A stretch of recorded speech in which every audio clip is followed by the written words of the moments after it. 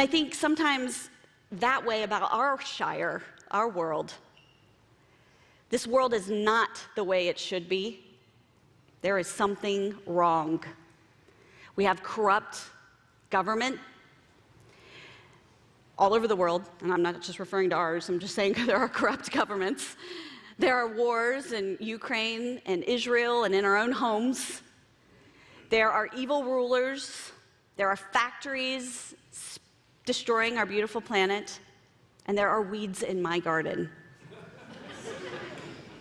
Somewhere inside of all of us, we have a memory of our home not always being this way. We know that things are ruined, and we long for something better.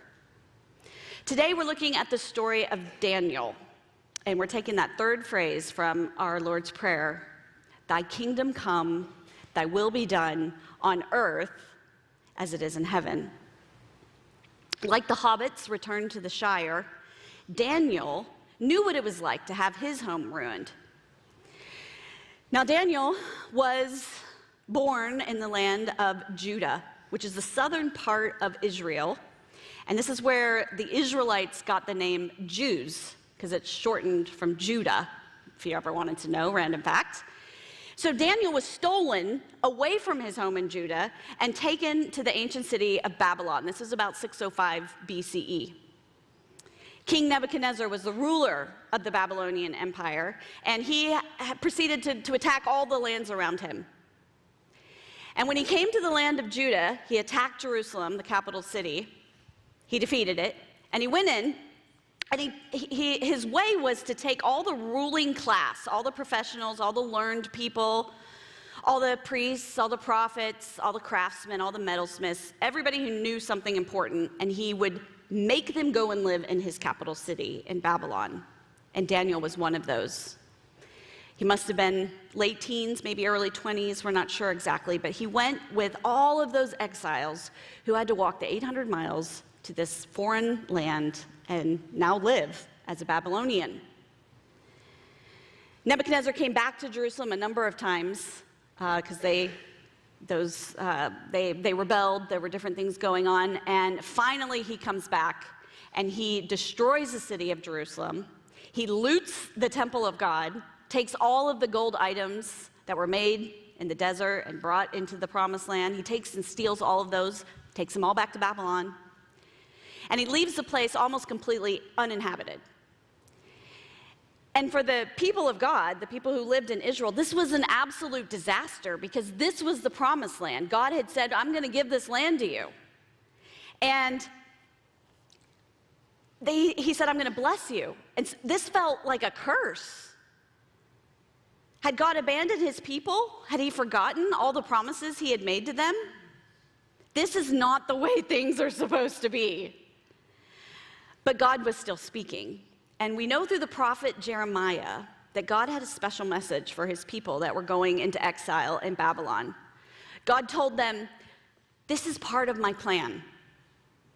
When you get to Babylon, I want you to build houses, I want you to plant gardens, I want you to get married, I want you to have kids, I want you to multiply. I don't want you to decrease. I want you to prosper.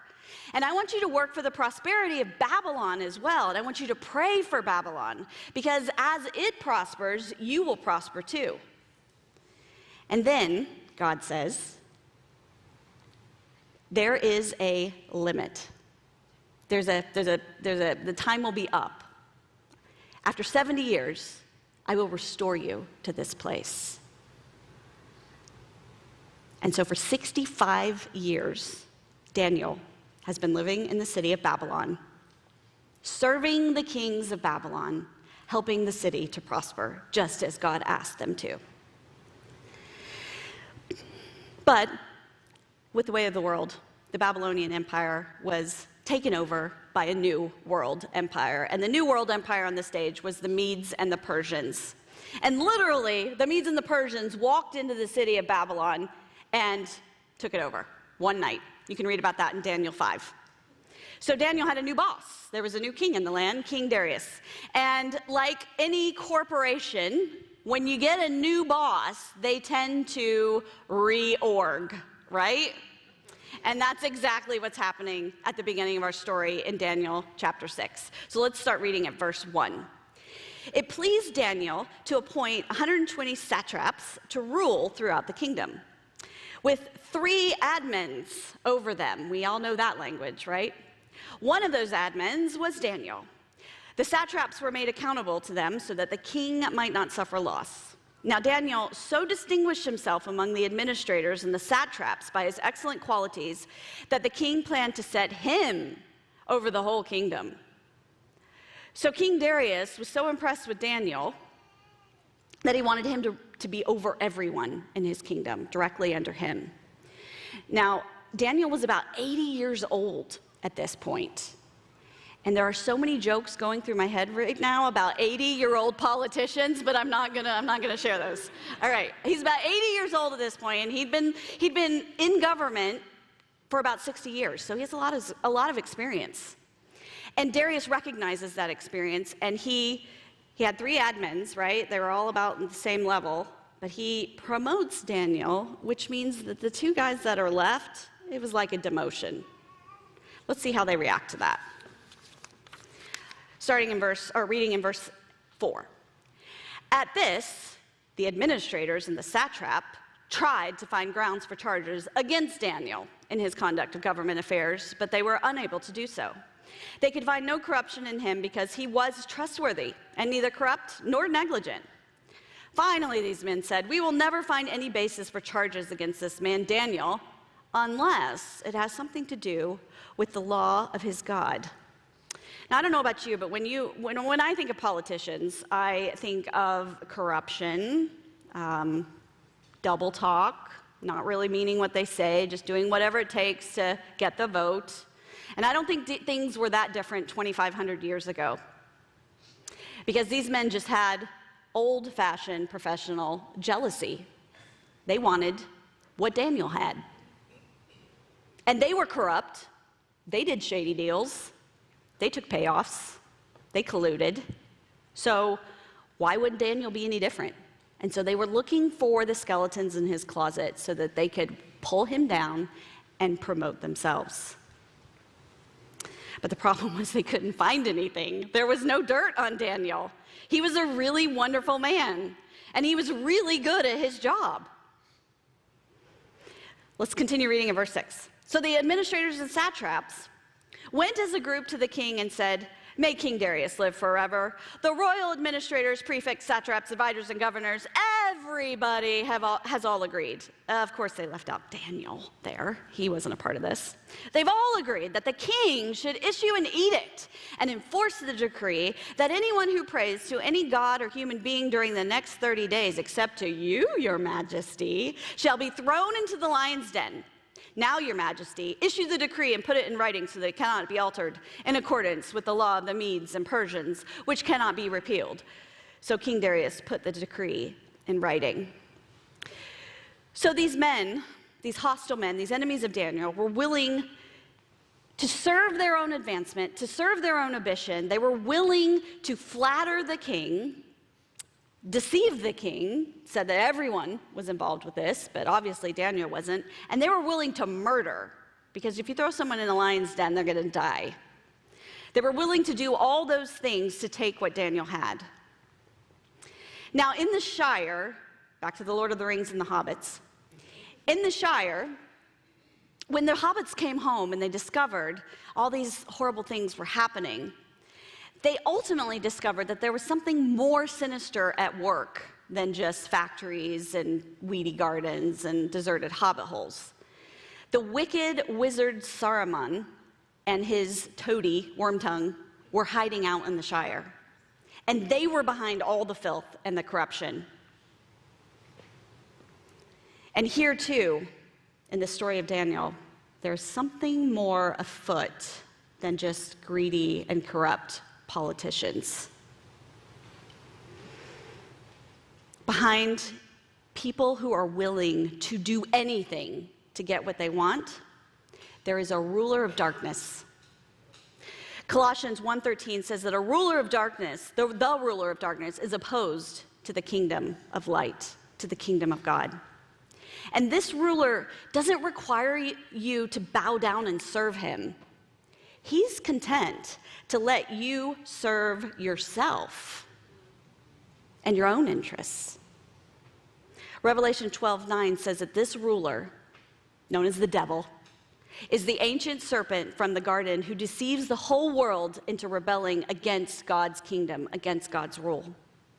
And the tragedy of our shire, of our broken world, is that when we work for our own interests and for our own good, we end up destroying all that is good. Even all true pleasure, things that are supposed to be good and pleasurable, become twisted and warped. And this is Satan's goal. This is the devil's goal.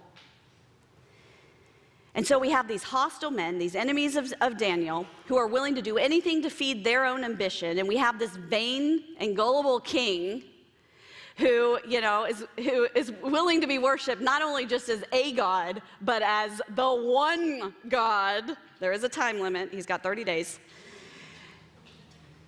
This hostile men and this vain king are the perfect fit to stop the most powerful weapon aimed against the ruler of darkness, the prayers of Daniel.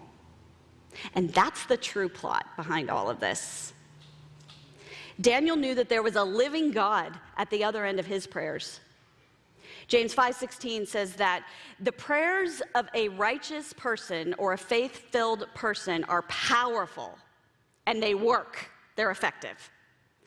And that's why Jesus instructs us in the Lord's Prayer to pray for the kingdom of heaven to come to earth, to pray that his will be done. Because our prayers stall and thwart the plots of the devil. Amen. Let's read in verse 10. Now when Daniel learned that the decree had been published, he went home to his upstairs room where the windows opened towards Jerusalem. And 3 times a day he got down on his knees and prayed, giving thanks to his God, just as he had done before. It can be dangerous, but we get to pray like Daniel. When we pray like Daniel, we pray in a place where we can be alone with God. Jesus says to get in a closet where no one can see you, because the God who sees into secret places will hear you. When we pray like Daniel, we fix our eyes on something unseen. Daniel went to the window and prayed towards the city of God. He prayed towards Jerusalem. He couldn't physically see Jerusalem. 2 Corinthians 4:18 says, so we fix our eyes not on what is seen, for what is seen is temporary, but what is unseen is eternal. Regular prayer is the practice of fixing our sight on eternal things. And that helps keep you calm and focused during earthly trials, because you know they're just a blip compared to eternity. Daniel prayed 3 times a day. 3 times a day. Why not pray like Daniel? Breakfast, lunch, dinner. When we pray like Daniel, we realize that our bodies were created to house our souls.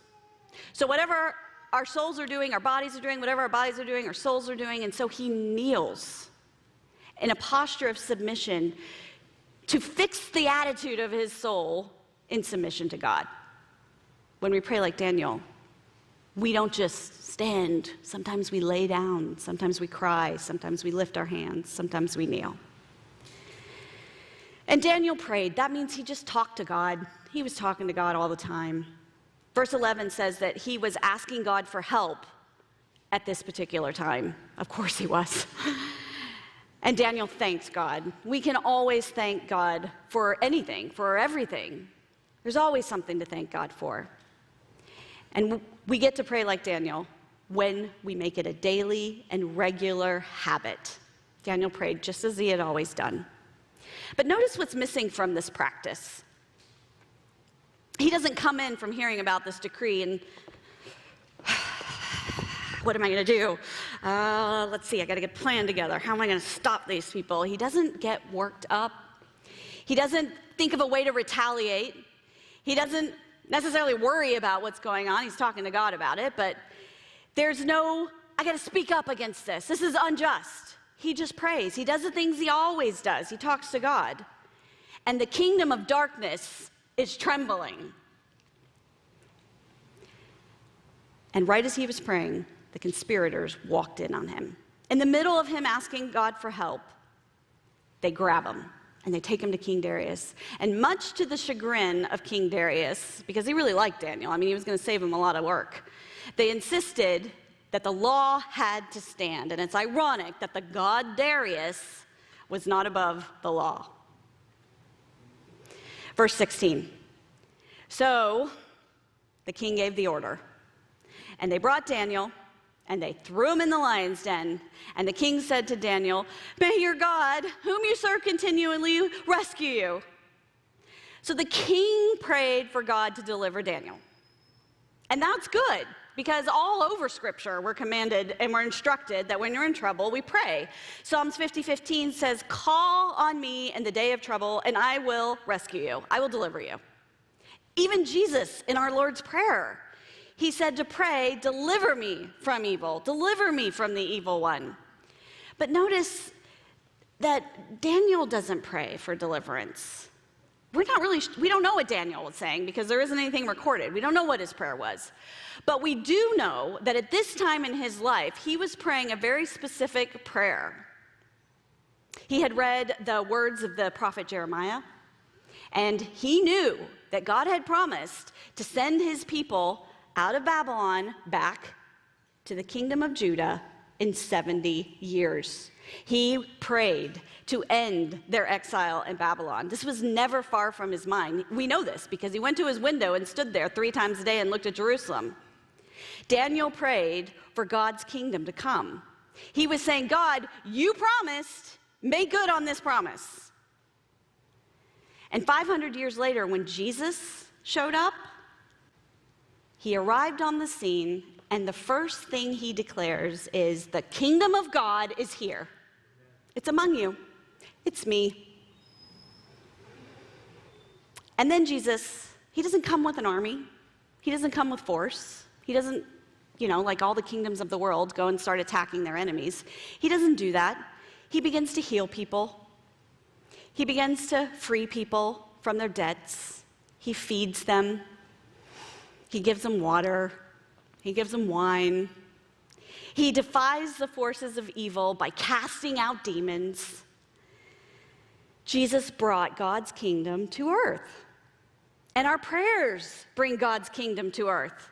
If you want things to change in our world, if you're like the hobbits and you look around and you're like, "What's wrong with this place? It's filthy and there's so much orc talk everywhere." If you want your world to change, then you pray, "Thy kingdom come." Because the prayers of righteous and faithful people work. They're powerful.